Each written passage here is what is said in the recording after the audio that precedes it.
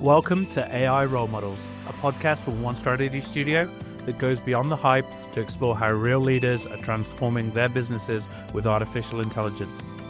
In each episode, I'll sit down with pioneers from the world's leading brands who are reimagining marketing, insights, and innovation with AI.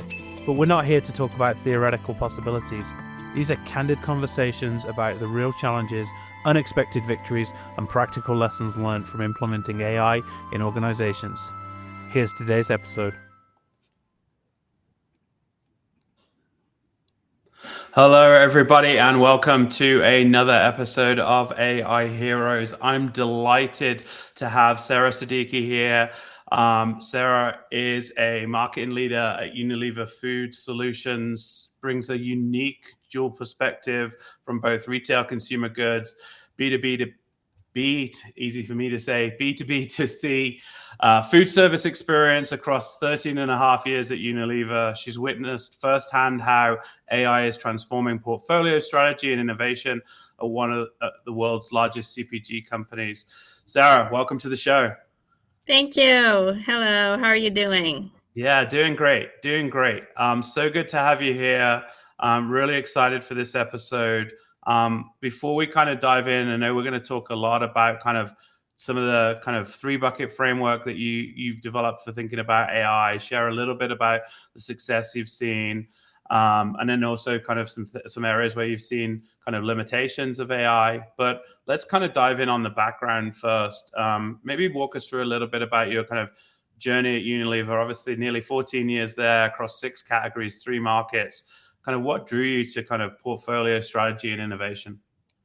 Yeah, no, I think, I spent quite a long time at Unilever, and I think the beauty of, working for a big consumer goods company is that you experience firsthand how categories are shaping the market, shaping consumer behavior.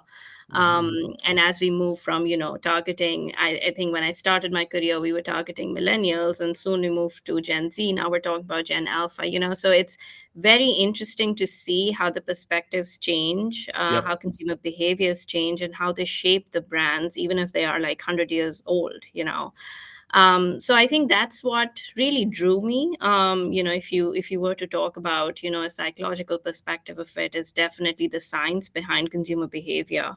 Yep. Um, and then looking at a business perspective, it's really, how can you leverage those beautiful brands and then create portfolios out of those which really serve the future, and shape the industry, and for the future, actually. So I think that's what drew me to, portfolio strategy and innovation. And that was really the crux of, okay, how can I shape the market with all the insights that I'm getting from my consumer? Fantastic.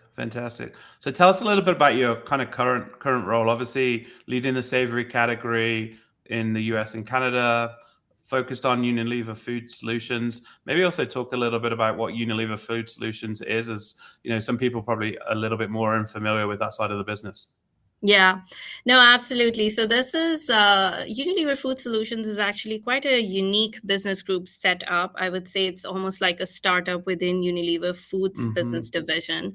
It services to the professional food industry, food service industry, and we call them actually operators. So who are Yep. running probably the restaurants, who are running big cafeterias in college and universities, who are running cafeterias in hospitals. So it runs across, because food is so integral to all of our lives. It's pretty much everywhere.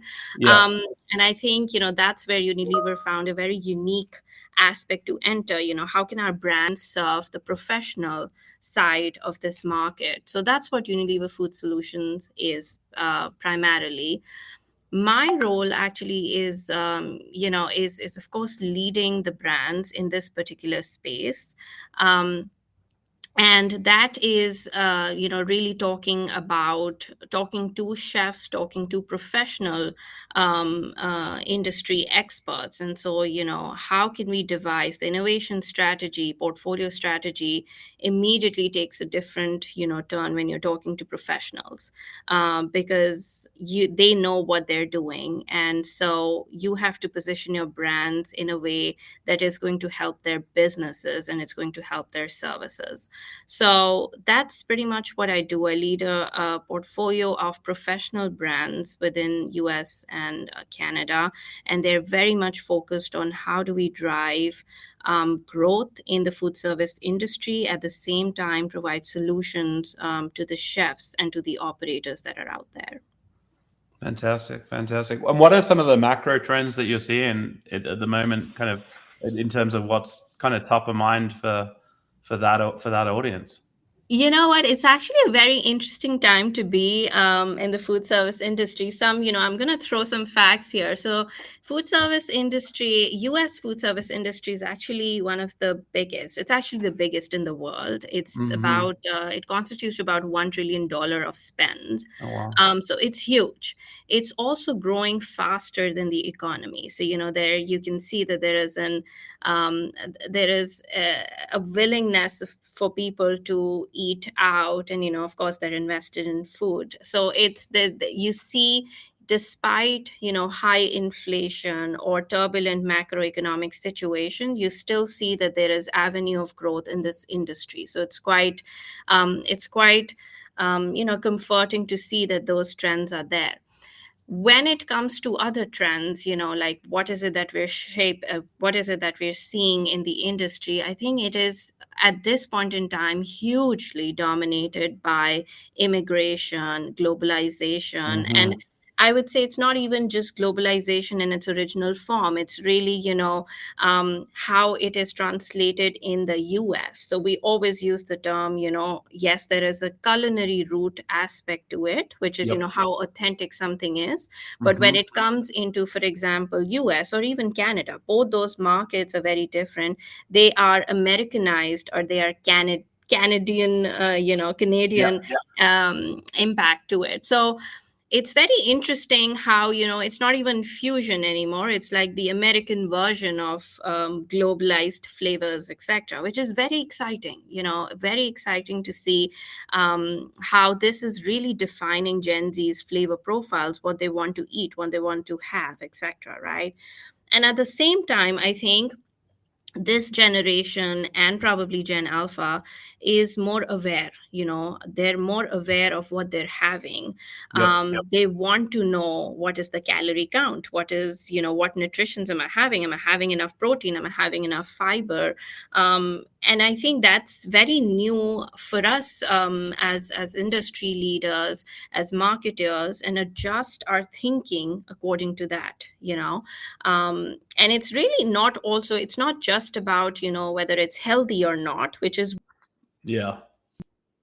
what the norm used to be. It's really about, okay, of what I'm having. That makes us more conscious, as innovators, as marketers, to really think about our portfolio. Is it well suited for particular health needs or particular Hmm. changing needs of diners and operators? Because of course, when diners request it, consumers request it, chefs and operators want to serve it.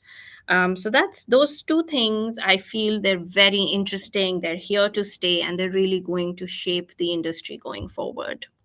Yeah, 100%. So switching gears a little bit and thinking about kind of innovation and portfolio strategy, talk to me a little bit about kind of when AI first appeared on your radar, as you started, whether that be in your personal life or business life, and kind of what was your initial reaction to kind of the possibilities that it brings for the future?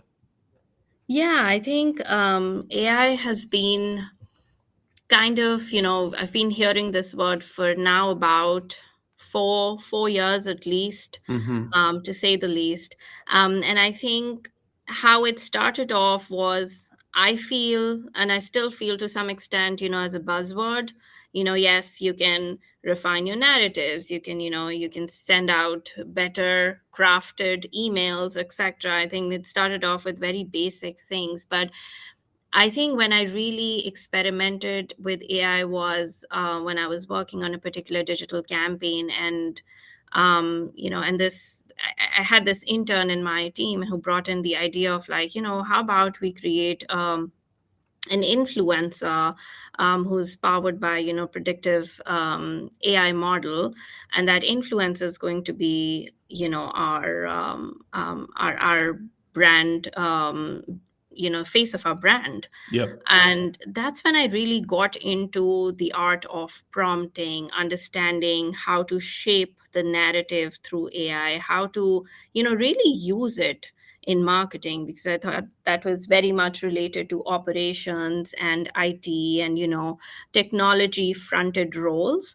But I Hmm. think that's what opened my eyes to, oh my God, I can really use it in actually any aspect of it. And honestly, the way that model interacted with data, the insights that we got out of it, and the way it shaped our narrative going forward, because we were continuously refining, defining the Yep. narrative along that line. I think it. I was amazed, that this would probably take us hours and hours of research and data analysis to kind of get to this level. But this was real time improvement in narratives and how we positioned our brands. So I think that's what really got me interested, and yeah, from there on I think there's definitely no looking back. I've kind of incorporated in every aspect of my role, and still experimenting with it, as I go.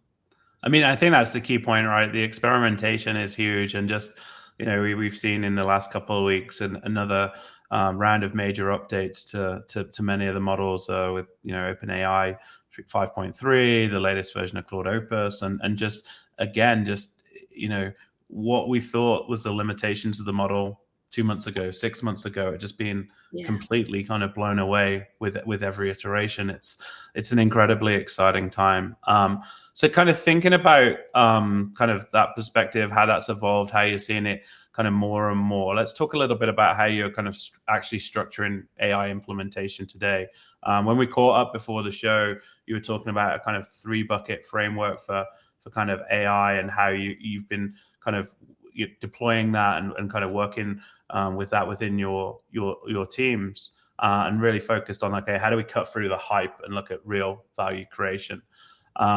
So yeah, maybe you could talk us a little bit through about the 3 buckets you see within your own kind of personal adoption of AI within UFS. Yeah. No, absolutely. I think the way I've structured this, and I very practically use it in that form as well in my current role. Um, the 3 bucket framework is actually pretty simple. One is about today, about the data analytics, which we would spend a lot of time in, doing data analysis, um, gathering a lot of reports, trying to understand what the data is saying, where is it, what is it pointing out, etc. So it's more about the operational efficiency Yep. that can be brought in through AI. And that is being, that's like optimizing the processes, cutting down the time that you would spend, buried in Excel sheets, Word documents, etc. Concept developments. There's a lot of work that we do in terms of refining the insight, crafting the insight, developing the concept, refining the concept, and reaching out. So I think there's one side of it, which is, how AI has really simplified the operational effectiveness. Yep. That gives us more time to analyze, to actually, understand data better and then implement data. And I would say that's a short, medium, and a long term kind of a thing. It's here to stay. It's here to, help us solve things. It helps us to go faster as well.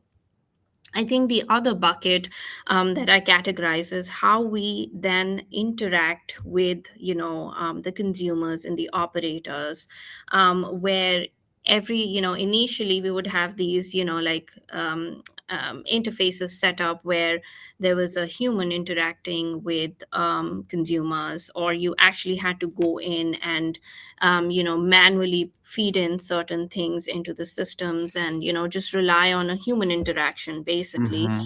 And I think that part has changed significantly, and that is, again, we're learning in that space. I'm also learning in that space, because that is really defining the algorithms in terms of digital marketing, in terms of how you place your content, in terms of what you learn from the content that consumers are interacting with.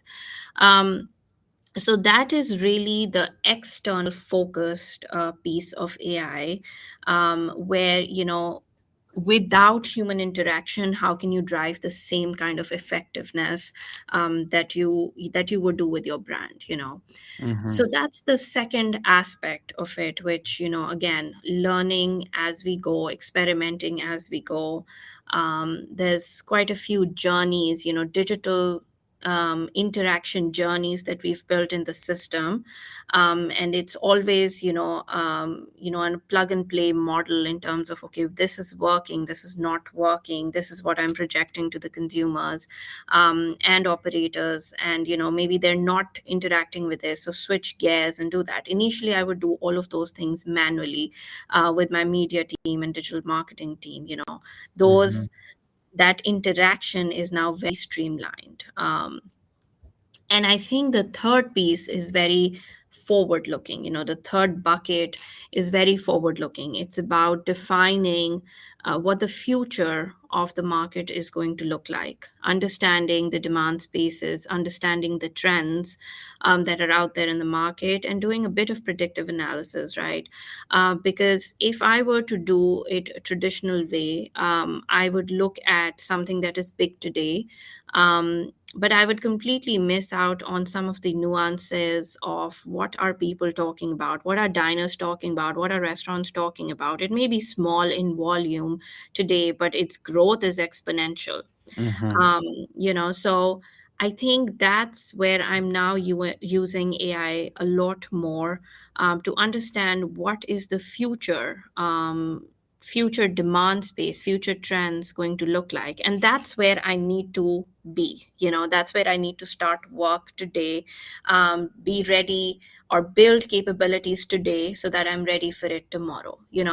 And I think I can give an example. We work very closely with operators in identifying trends, particularly related to cuisine. And this is probably a very basic example, but Asian was always on our radar to some Hmm. extent.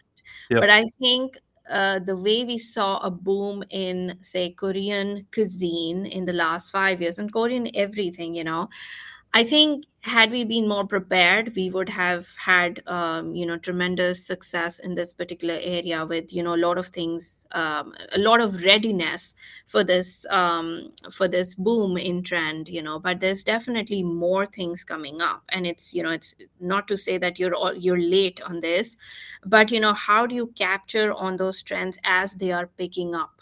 So that for you as a marketer and a business leader, that is a space to own. That is where you can sort of say that this is what you stand for. So I think that's the third bucket, and I would say between the three, the first two is definitely immediate, now, today, and midterm, Mm. and the third one is future, forward. And I think we need to kind of prepare ourselves for both. We have to secure our today, we have to work towards improving our tomorrow, when it comes to industry growth, when it comes to innovation, when it comes to portfolio design. When you think about that term kind of future, what does that mean in terms of how far out are we talking? And has that changed at all? What if as cycles get faster, both like on the the initial insights phase through to the manufacturing phase, through to kind of going to market. How has kind of the term future evolved over the last few years? Yeah, I think it's funny how, probably couple of years ago future would mean 10 years. Now Mm. future really means 3 to 5 years, because Yeah. that's how quickly things change. That's how quickly norms change, perceptions change. I think even, um, for us as marketers, is, it's very interesting to read through the dynamics of consumers. Like, we are understanding Gen Z and their behavior patterns, but we do not have a lot of data insights in terms of Gen Alpha, so how are they going to Hmm. interact with certain things? How is the macroeconomic world politics, economic situation going to shape their personality and their point of views, and that is going to have a direct impact on the industry as well. So I think that's why I say 3 to 5 years is the window for which you have to be prepared, but at the same time be very agile and flexible, because things can change. I mean, COVID happened 2020, no one predicted it, no one could ever think what Yeah. would happen, but it really shaped industries post that. So I think it is really about that right window of identifying how soon can you react and how flexible can you be in order to react to those changes. I mean, it's great to hear kind of how you're thinking about this from a framework perspective. But the great thing is you've got some real results. We've talked about some things that have been big AI wins for you, some limitations and things like that. Let's dive in on the kind of the wins side of things. I know you've been doing a lot kind of around AI powered demand spaces. I think a really concrete example of like AI delivering breakthrough results that maybe traditional methods either wouldn't have achieved or would have took a lot longer to this. But in terms of the work you've been doing around demand spaces, kind of starting before taking an AI approach, how would you have approached a kind of demand spaces study, and kind of what were the limitations or kind of constraints prior to kind of leveraging AI? Yeah, I think with demand spaces, it's very critical to understand, where and how is the demand going to be shaped. And demand spaces is always forward looking, as I mentioned in my three bucket model.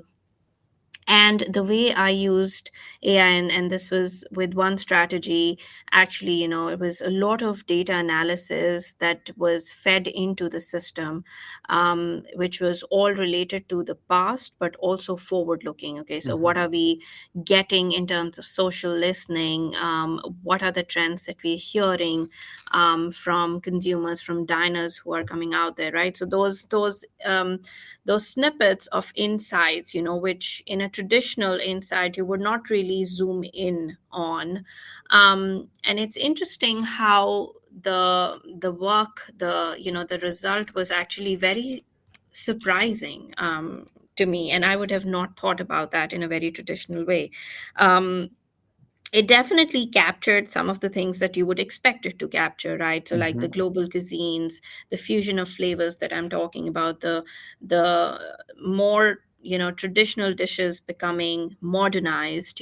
There's a particular spin to it that diners are preferring, but at the same time, being very conscious about particular claims, clean label, what preservatives are what colorants are going into our food. And that was a whole different stream of a sub segment that was identified in that study, which I was quite surprised. Openness to differentiation in terms of whether the food is labeled kosher, whether it's labeled halal, vegetarian, vegan. And I think those streams are, again, those consumers, those diners, they still value flavor, they still value innovation, but they're looking for specific um, claims that are out there. So I think the nutritional diversity, the health aspect of it, and global fusion, but in a way that is very localized, I think those were the results that came out that was quite interesting. And now I have an idea that these are the demand spaces that I really need to focus on when I think about innovations, when I think about shaping the portfolio for the future. um, And interestingly, when we kind of sized up these spaces, all of these were greater than $500 million spaces Mm. already, and predicting to grow at like 10 to 12% in the next 3 to 5 years. So that's automatically giving me, that's where I need to be. It's giving me a signal that's where I need to innovate, and it's already giving me a signal that this is going to be big in terms of revenue for the business. So that's very, very recent and very um, open sort of a, suggestion that I got through this result in this study. It kind of immediately monetized the revenue for me. And it kind of gave me a direction of where I should invest my resources or build capabilities around. Yeah, I mean, I think that's the key thing as well. Like, it's being able to identify these big demand spaces, as you say. Each one being a 500 million plus opportunity for a company the size of Unilever. You've got to make big bets on big markets and kind of differentiating kind of small amounts of signal to what's actually really a true kind of opportunity. Something that's kind of growing fast is absolutely critical. So super powerful story. But we talked a little bit about kind of AI, doesn't always get it right. We were talking a bit about the kind of plant-based prediction that, you were seeing. So maybe share a little bit about what were the kind of takeaways from kind of, post-COVID world and kind of plant. Yeah. I think it's interesting because I started off this work in my previous role as well, where I was doing a little bit of research on nutritional diversity and how it's going to shape the eating patterns for whether there's diners who are eating out at restaurants or consumers who are eating at home. And of course, plant-based was on the rise. It was a I would say it was a term that became mainstream in 2018, 2019, Yep. and there was, of course, technology linked to it. And anything that is backed by technology, science, there's always some merit to it. Um, and I think the way when we interacted with AI initially, it was always like the prediction was very high. This market is going to grow significantly. It's going to grow double to what the traditional market, even in some cases, in some markets, it was actually 3x of what the growth of the foods industry was. Mm. But I think, what happened and what we could not predict was, when COVID hit, and of course, it changed people's perspectives, it changed people's way of looking at health. Hmm. It also kind of made them more aware, as I spoke about. And I think this is a trend that we're seeing now, and they kind of realize, wait a minute, this is processed to a level which has more preservatives. It is not, it's not anymore organic, of course, because it is processed to a level where it's probably not good for our health, even though it is plant based. There's definitely a good aspect linked to it, where you're focusing on plant-based diets, but this is definitely not what you would be consuming for a long term. So I think that shift almost happened immediately, in 21, 22, when the food industry was settling in, when consumers were settling in their eating habits, what they're eating, why they're eating. And then we suddenly saw, the market, the plant-based market shrinking. Not The preference was not as high, the sentiment was not as positive as it was initially when this term kind of was Yeah. became mainstream. And that kind of it was interesting, because now that's going to shape certain norms, are going to shape the market, right? Because what are you eating, what are you having? Is it preservative heavy? Is it artificial color heavy? Those are the things we would not think about previously. But now Plant-based is one example, but I think what's on the rise and what's coming next is, the MAHA movement, which is Make America Healthy Again. It's Hmm. all about, no preservatives, no artificial flavors, no artificial colorants. And so a lot of things are going to change in front of us. A lot of the snacks that, consumers were very used to having, they're going to change significantly. And that's also because people will realize, okay, this is probably the norm now. This is how it should be. I am closer to nature this way. So it's it's that prediction. It's again, it's going back to consumer behavior and what things are changing. So yes, I mean that was a significant boom that had we relied on AI, we would have totally gotten it wrong. So there is definitely that aspect of reality that needs to be brought in as you go through the process of developing, okay, what my future is going to look like. Yeah, I mean, I think the kind of "Make America Healthy Again" examples, like, one of those things that would have been really difficult to predict how much that would change. So I think, kind of, I guess, two stories that really frame where AI excels, where it potentially, there's certain kind of things outside of its scope that it might struggle with. So, a lot of insights leaders and innovation leaders I talk to a focus very much on how do you balance this AI and human judgment. And I know you've got a really kind of interesting perspective on this, and kind of how to look at kind of how AI can reduce innovation failure rates, but it's still not going to kind of eliminate unpredictability. Would love to just kind of hear a little bit of your thoughts on kind of getting that balance right between what's AI leading with and where human judgment still really essential. Yeah, I think as a marketer, we very much rely on insights. We very much rely on consumer behavior, and as we're learning to navigate this world of AI and how it's shaping certain things, we have to keep in mind that there is definitely still a human at the end of the day that we're targeting, a human that we are serving, and it's not always going to be predictable. Mm. And that's why there's still going to be brand managers, portfolio managers. That's good to know in the world of AI. But that's that human sense is critical. And the reason for that is, again, data analysis, etc., is going to take you to a certain level, certain degree. It's also going to give you solutions which are very realistic, but at the same time, a sense check of how a human is going to interact with it, how he's going to kind of take this into consideration, and what other factors are there which probably you would not have predicted.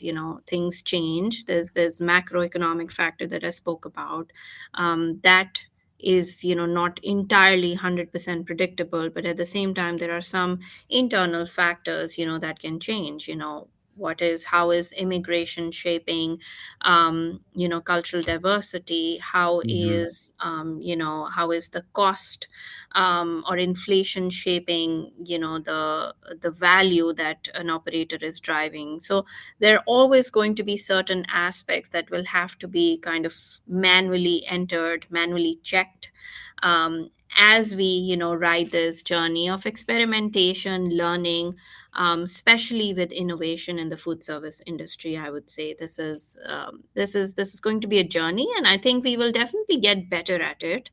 There's Mhm. always going to be that level of predictability that you're going to put into, and there's always going to be this some science, that human science or human psychology that you're going to bring into as well. So it's the balance will keep shifting, I feel, as we move along, but there's definitely going to be the role of both in the near to long term, I would say. Yeah, I think one of the most interesting things you shared with me prior to this call was that typically you would see, innovation always has a high, there's high failure rates associated with innovation. The whole point, you're innovating, you're iterating, not everything's going to stick. But you talked about kind of the kind of failure rate kind of going from 80% down to about 60%. So that seems like a huge, in terms of this hybrid approach of AI and humans. Kind of, do you think that 60% is the limit, or do you think we're going to a world where we can truly innovate and have a failure rate down at 40-30%? No, absolutely, absolutely. And I think we're headed there for sure. There's more data, there's more insights to support. And yes, with innovations, I think as marketers, we're prepared as we go into the market that this would have, some reaction that you would never be able to capture in a quantitative study that we say, it's a Mm-hmm. typical study. But that's what AI has changed for us, right? We would say, oh, quantitative is good if you reach out to 200, 300, 500 consumers. But with AI, there's actually, you can reach to a lot more people. With that analysis, so the scope of reaching out and testing waters has also changed with AI, and that is what brought the failure rate down. But certainly it's going to be, as I said, there's not a lot of things that you can predict.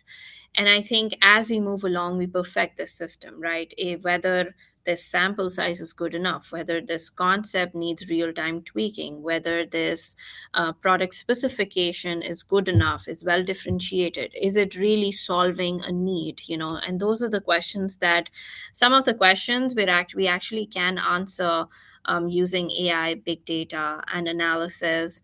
And that is how, probably this is probably going to bring down the failure rate for innovations. And in an ideal world, I think, yes, if we get down to 20 to 30%, I think that's a win-win situation for the industry, and for the market as well. So we're definitely headed there.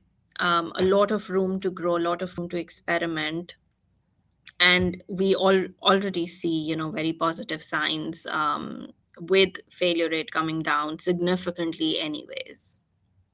Fantastic.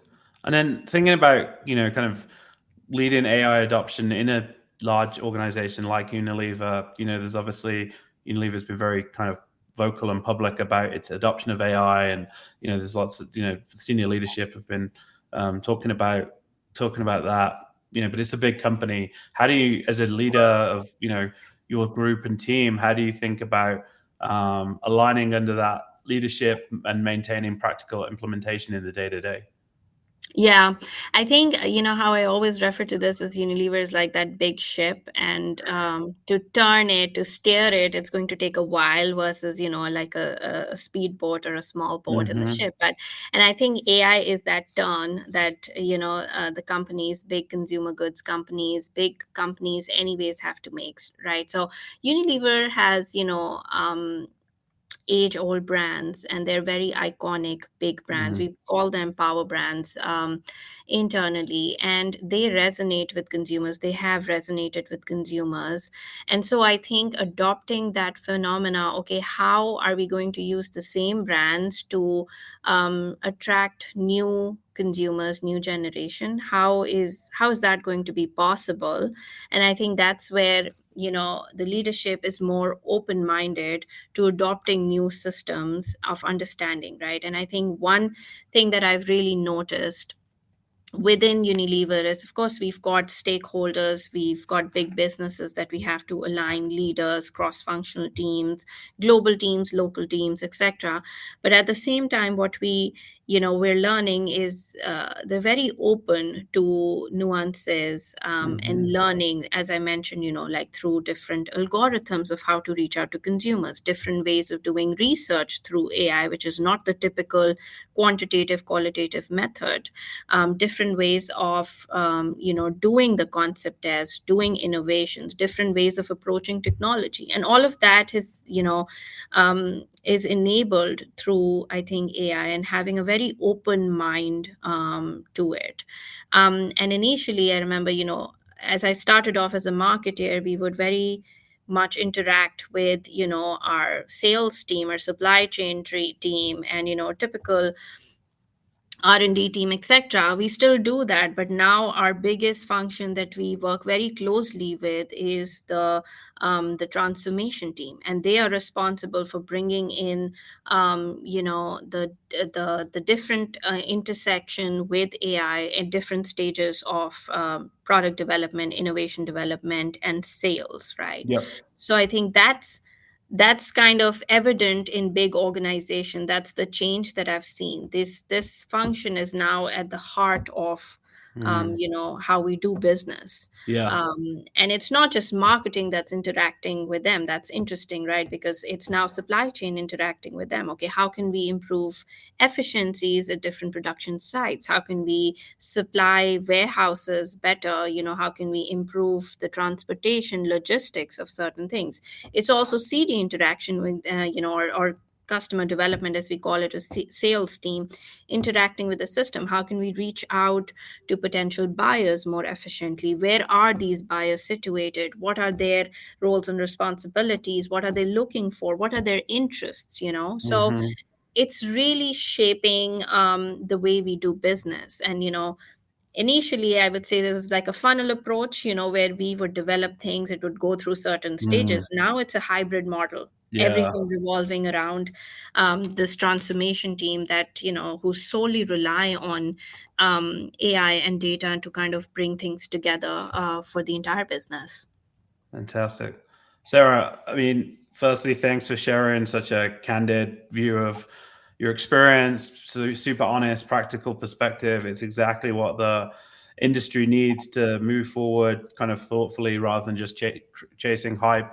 I guess as we kind of conclude the episode and round out, I guess is there any thoughts or final thoughts or advice you'd give to other leaders in this space with regards to kind of their approach to thinking about kind of AI or what they should be doing. You talked a lot about experimentation and curiosity and giving the team space, but yeah, we'd love to just kind of get a closing thought on kind of AI adoption in general.